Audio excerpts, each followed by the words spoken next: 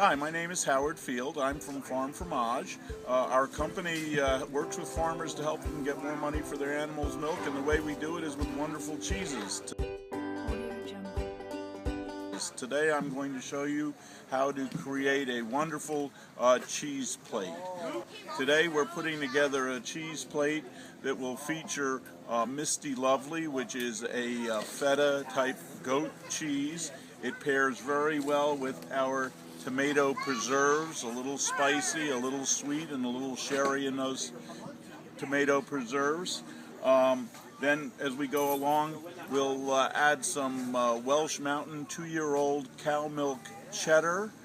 Cheddar cheese is crumbly, salty, and delicious, and pairs very well with either apples, or we have some apple butter here from Frecon Farms, which is one of our neighboring stands here at the market.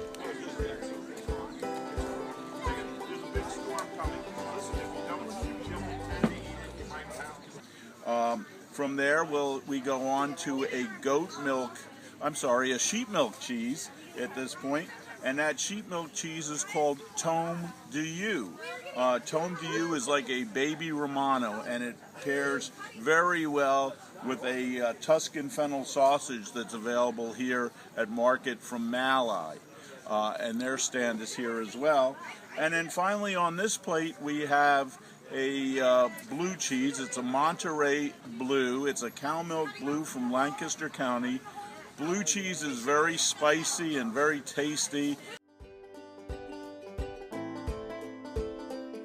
and so we want to offset that in our accompaniment.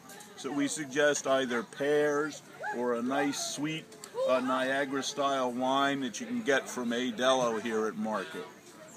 All right, pretty much it's whatever you like to eat and whatever you think might pair well with it or contrast greatly with it. And try it, you'll like it.